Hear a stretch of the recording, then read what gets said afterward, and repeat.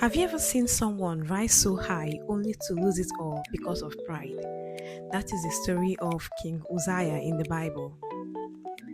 Uzziah became king at just 16 years old after his father's death. At first, he made the best decision of his life by soughting God. The scripture says, as long as he sought the Lord, God made him prosper. Victories poured in, enemies were defeated, cities were rebuilt. He strengthened Jerusalem with towers, dug wells, built farms, and even developed war machines that amazed the world. His fame spread everywhere. He was young, powerful, wealthy, and respected. But here is the key line: he was marvelously helped by God until he was strong. Success can be dangerous if it makes us forget the one who gave it.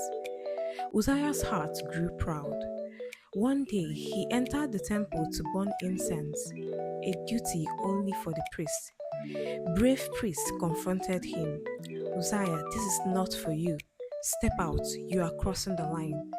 Instead of humbling himself, Uzziah became angry, and right there, before the altar of God, leprosy broke out on his forehead. From that moment, Uzziah lived isolated, cut off from the temple until the day he died. These are the three things you have to take in from this. Seeking God leads to success. Pride is dangerous, it can ruin everything in a moment.